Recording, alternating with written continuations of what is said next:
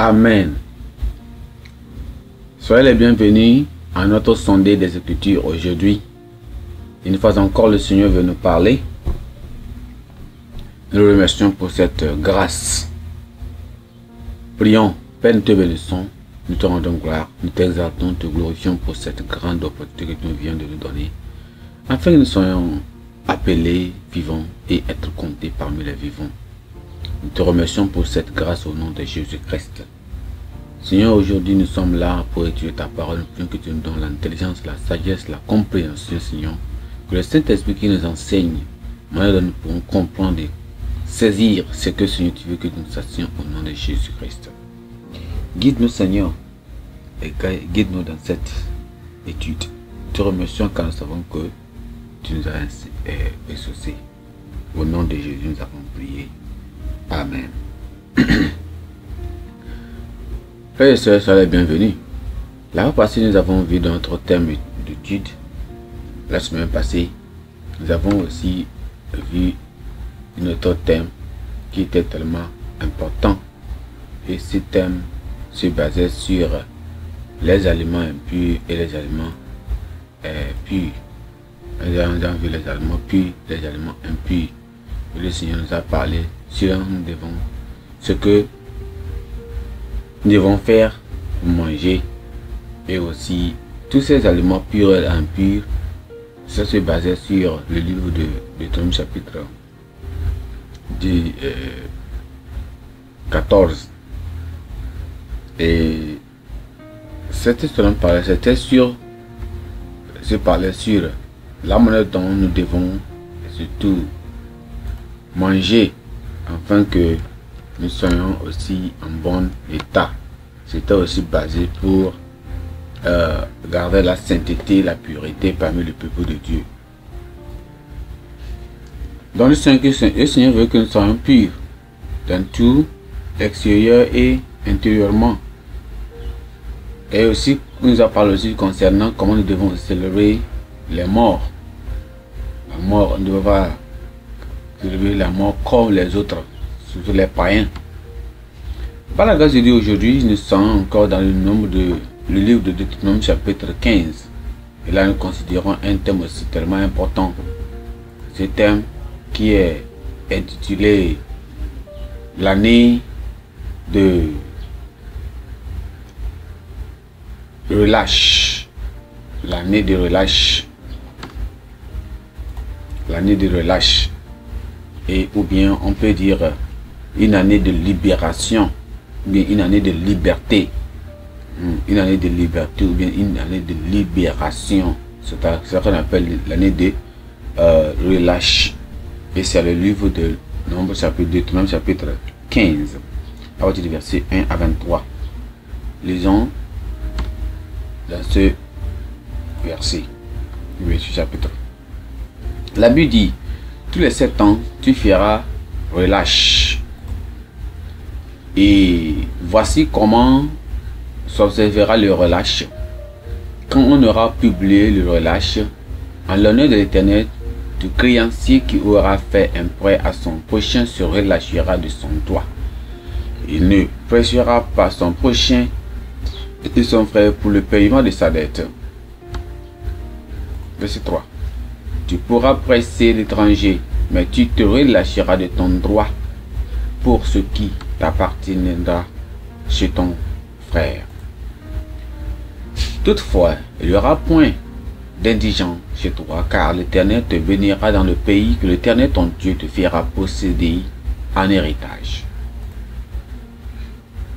Pourvu seulement que tu obéisses à la voix de l'Éternel ton Dieu en mettant soigneusement en pratique tous ces commandements que je te prescris aujourd'hui. Verset 6. L'Éternel ton Dieu te bénira comme il te l'a dit. Tu prêteras à beaucoup de nations et tu ne prêteras point. Tu domineras sur beaucoup de nations et elles ne domineront point sur toi. Verset 7. S'il fâche toi quelqu'un indigent d'entre tes frères dans l'une de tes portes au pays que l'Éternel ton Dieu te donne, et tu n'endurcis point ton cœur et tu ne fermeras point ta main, devant ton frère indigent. Verset 8. Mais il ouvrira ta main et tu lui prêteras de quoi poursuivra à ses besoins. Verset 9. Garde-toi d'être assez méchant pour dire que, en ton cœur, le 7e année, l'année de relâche apporte. Garde-toi d'avoir un œil sans pitié pour ton prochain indigent, et tu le feras un refus. Il crierait à l'Éternel contre toi, et tu te chargeras d'un péché. Verset 10. Donne-lui et que ton cœur ne lui donne point à regret, car à cause de cela, l'Éternel ton Dieu te bénira dans tous les travaux et dans toutes tes entreprises. Gloire à Dieu.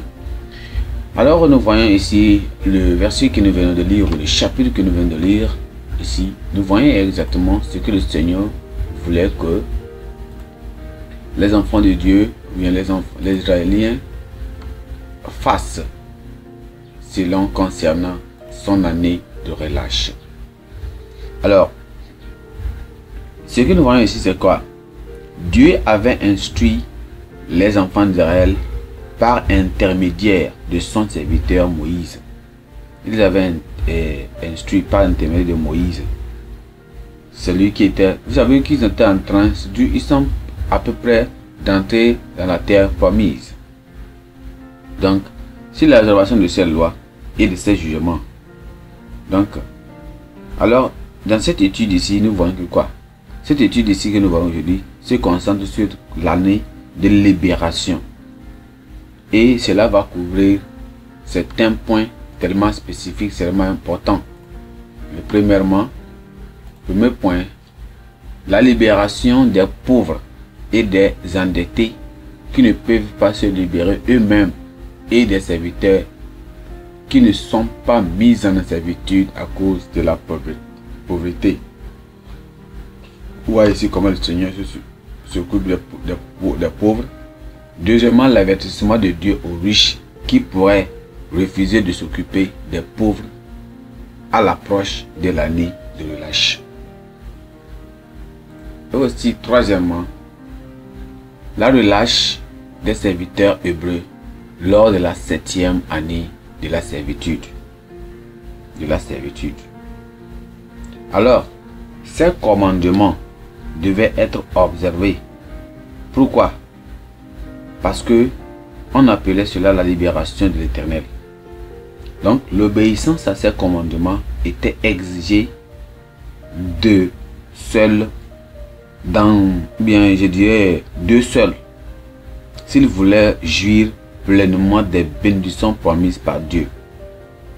Donc, on voyait que dans le pays de Canaan où ils allaient, dans le pays de Canaan, et où ils devaient y demeurer. Nous voyons que quoi? On voit que quoi? Et c'était important de pouvoir garder ces lois-là. Donc nous aussi, les enfants de Dieu d'aujourd'hui, il nous incombe de obéir au Seigneur en toutes choses pour obtenir nos complètes bénédictions. Donc l'étude d'aujourd'hui ici nous ramène également au calvaire. Voyez non? Cette étude nous ramène quoi? Au calvaire. Nous amène au calvaire. Et nous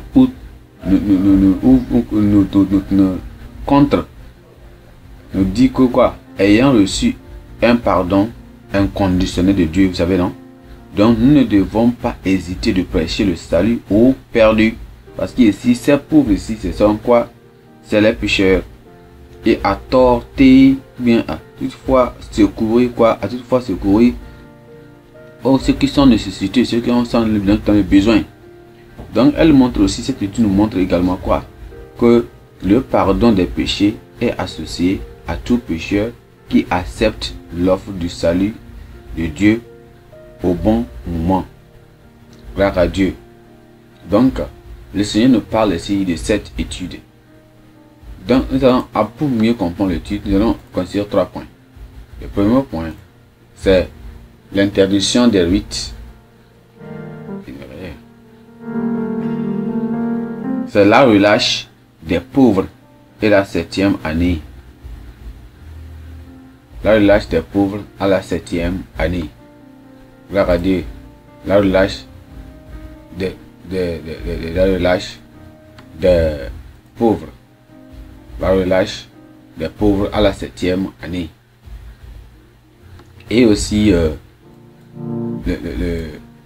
le deuxième point, c'est quoi? Les esclaves libérés avec abondante quoi? Provision. Ces esclaves étaient libérés avec d'abondantes quoi?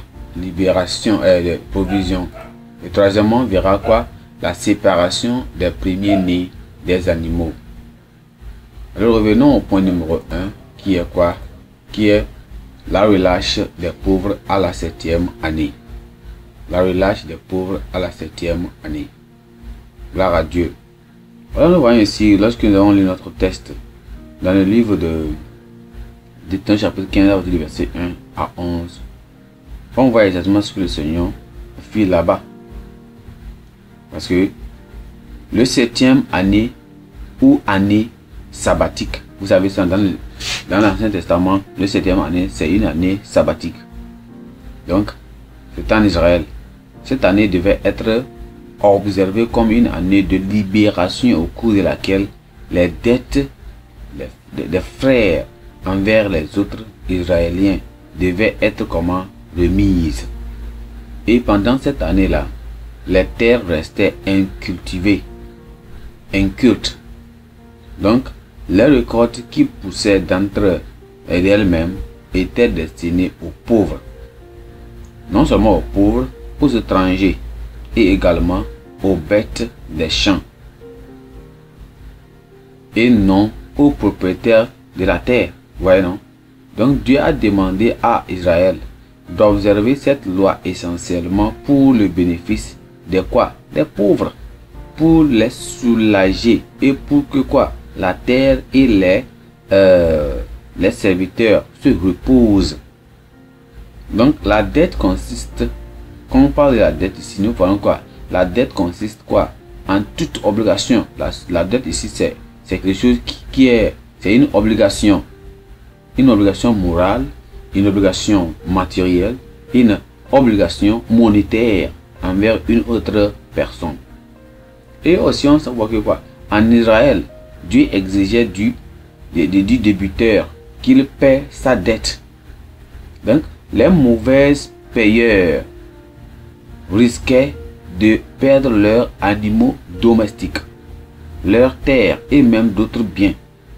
Donc s'ils devenaient insolvables et même qu'ils étaient établis qu'ils ne pouvaient pas payer, donc les créanciers le saisissaient pour en faire quoi? Un esclave, et il devait payer par son travail.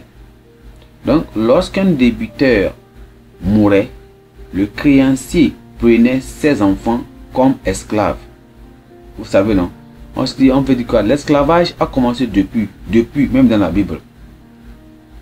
Donc, selon Jean Croix, chapitre 4, le verset 1. Donc, la loi mosaïque donnait aux parents, vous voyez, non? La loi, ça permettait aux parents, ça permettait dans les parents à ce moment-là, de faire quoi? D'avoir le pouvoir de faire quelque chose. Vous voyez, non? Et ça leur donnait le pouvoir. Ça donne le pouvoir, le droit de donner leur enfant en échange. Vous vous souvenez, même nous en Afrique, dans ce moment-là, il y avait, quand vous avez quelqu'un qui ne peut pas payer, il veut prendre son enfant, son fils, quelqu'un dans sa famille et donner au paiement de leurs dettes. Dans un cas d'extrême pauvreté, la loi leur permettait de se vendre eux-mêmes ou bien de se livrer pour éviter quoi? Le créancier. Il peut se livrer pour vraiment servir quoi? Le créancier en place des dettes dues. C'est la raison pour laquelle Ésaïe a fait allusion à cette forme d'asservissement par les dettes lorsqu'il a demandé dans Ésaïe, et je pense que Ésaïe chapitre 50, il a dit quoi? Ou bien auquel de même créancier. Dois-je vendu? Dois-je être vendu? Voici, c'est à cause de vos iniquités que vous avez été vendus. Voyez, non? Donc, Christ a également fait référence à cette pratique chez les Juifs dans la parole d'un débiteur insolvable, alors pendant qu'il enseignait quoi? La nécessité du pardon dans Matthieu chapitre 18, le verset 21 à 35. Alors nous voyons que quoi ici, quoi? L'étranger dans le pays qui était toujours tenu de payer, cette personne-là devait être libérée de sa dette. Donc la loi aussi existe que ceux qui sont financièrement à l'aise qui payent. Seuls les pauvres qui n'ont pas pu payer pendant 6 ans ont vu leur dette annulée. Mais ceux qui sont capables de payer doivent payer avant le 7e année. Mais ceux qui sont tellement complètement pauvres et qui n'ont pas pu finir de payer le 7e année, qui est l'année de sabbat, l'année de relâche, cette année-là, les pauvres seront annulés. Vous voyez, non? Ça qui montre que Dieu vraiment aime et prend soin des pauvres.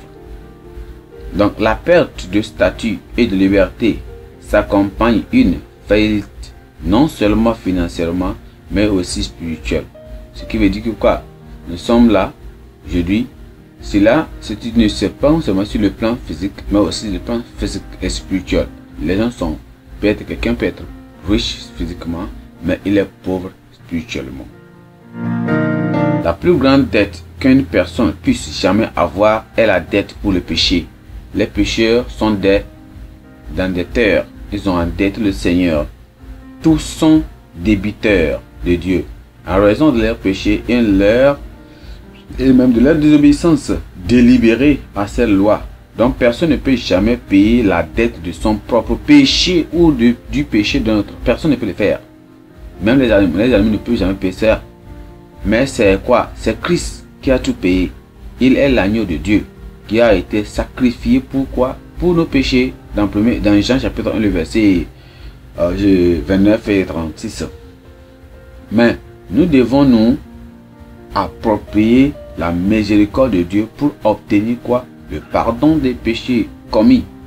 Donc le pardon et l'affranchissement du péché sont assurés par la foi, par le sang expiatoire du Fils unique de Christ. Voyez, non? Donc que le Seigneur nous aide. De nombreuses personnes s'endettent à cause de ce qu'on appelle de l'indiscipline, du manque de satisfaction, de même de la convoitise, de l'oisiveté, de l'incapacité à gérer ce qu'on appelle les ressources, des catastrophes naturelles, de l'oppression démoniaque, de la pauvreté. Les gens s'endettent à cause de cela. Donc, pour vivre sans dette, les croyants doivent éviter le matérialisme, l'amour du matérialisme. Parce que quand tu aimes l'amour du matérialisme, c'est ça qui va faire que quoi? Vous allez continuer à aimer et vous allez tomber dans des tentations d'aller créancier Dieu, d'aller créancier. Donc, faire confiance à Dieu comme pourvoyeur dans toutes les situations. Vous devez travailler dur. Vous devez renoncer aux attitudes non chrétiennes vis-à-vis de l'argent et même des richesses. La volonté de Dieu est de faire prospérer son peuple et de le garder libre en toute tête. Mais tenez-vous bien que ce n'est pas un péché d'aller emprunter. Emprunter quelque chose, emprunter l'argent, emprunter quoi que ce soit, ce n'est pas un péché. Emprunter n'est pas un péché. Emprunter n'est pas un péché. Quand bien même que emprunter n'est pas un péché, nous sommes conseillés, nous les enfants de Dieu, nous sommes conseillés à éviter ça. Surtout dans la mesure que nous sommes bien posés. Mais si la situation arrive et que tu empruntes, puis que le Seigneur te donne la grâce de pouvoir faire comment? Rembourser. Parce que lorsque tu ne rembourses pas, ça devient une dette sur toi. Ça devient que tu n'as pas fait quoi? Tu dois faire le remboursement. Oui, parce que elle-même, un conseil d'un ministre nommé en Christ a dit quelque chose. Il a dit quoi? Vivez toujours un peu en dessous de vos moyens. Ne vous endettez jamais. Et rappelez-vous que celui qui emprunte est celui qui souffre. Donc, le refus de payer une dette au moment où celui qui vous a débité, celui qui vous a emprunté est en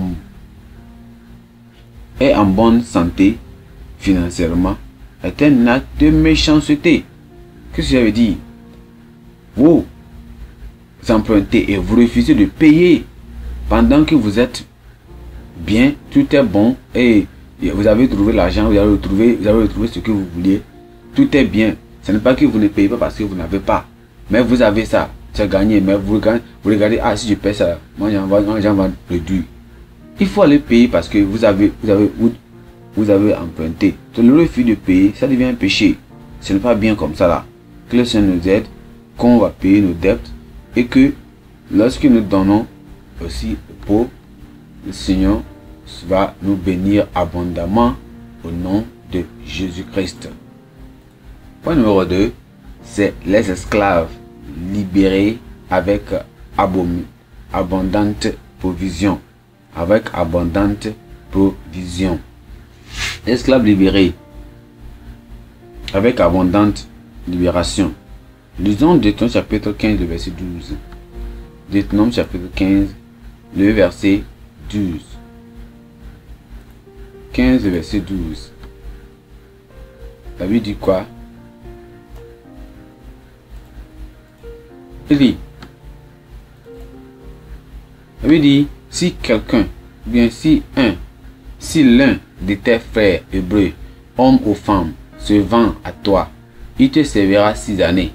Mais la 7e année, tu le renverras libre de chez toi. Vous voyez ici, non? Ici, de chez toi. De chez toi.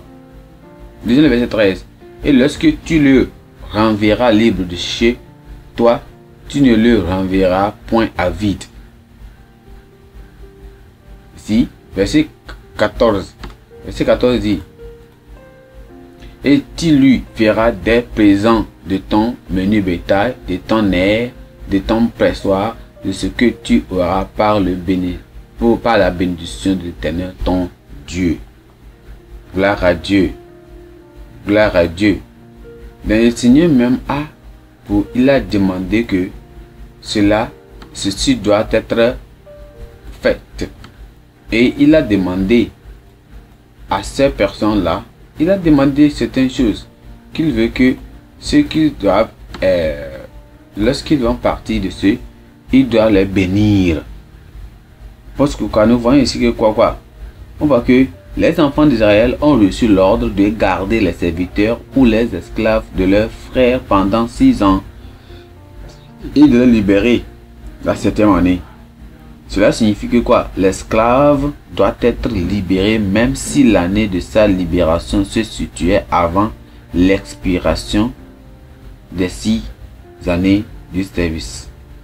Vous voyez, non?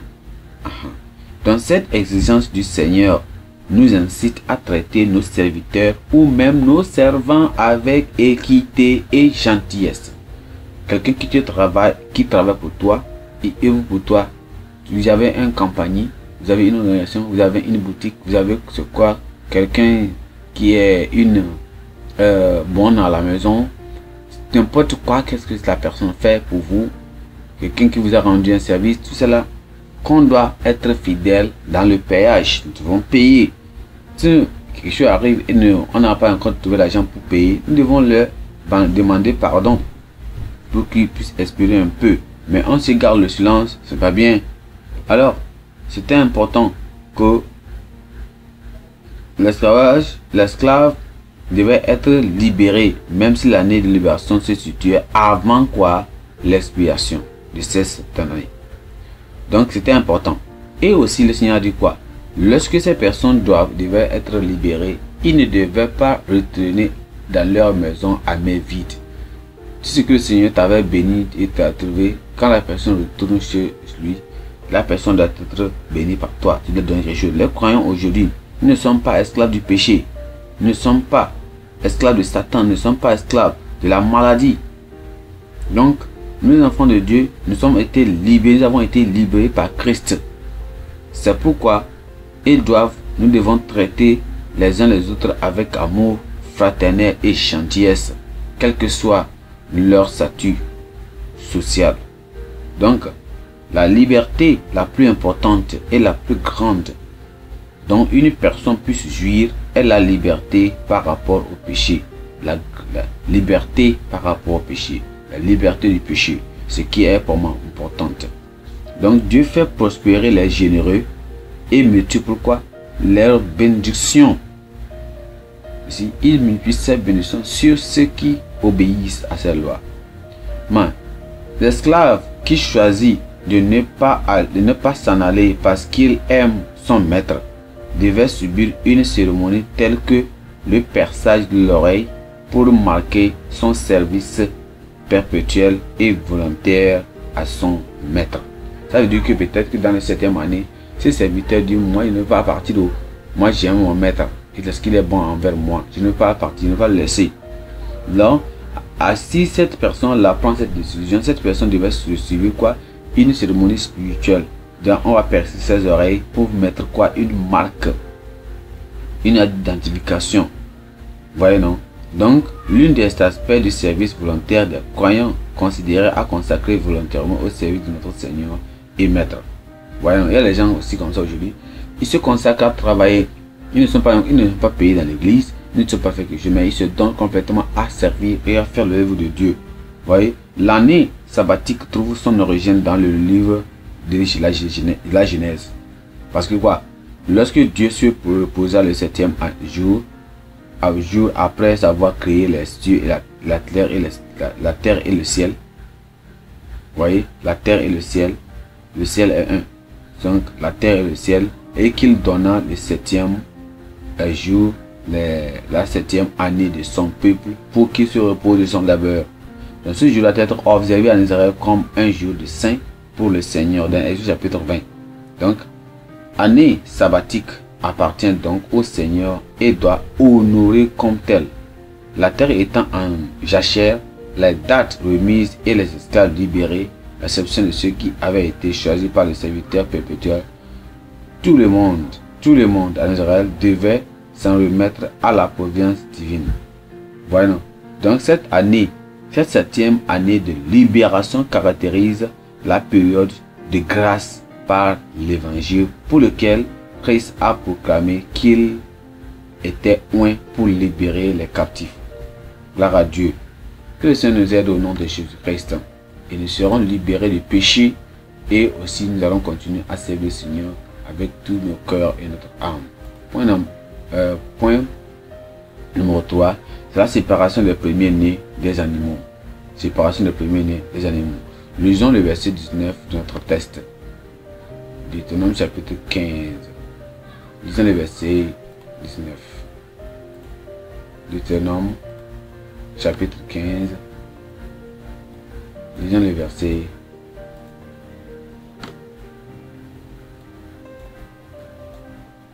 19. Verset 19. Il dit, tu consacreras à l'Éternel ton Dieu tout premier-né mâle qui naîtra dans ton gros et dans ton menu bétail, et tu ne travailleras point avec le premier-né de ton bœuf, et tu ne tondras point le premier-né de tes brebis. Gloire à Dieu. Il dit gloire à Dieu. Donc, vous voyez ici, non, que le Seigneur a donné encore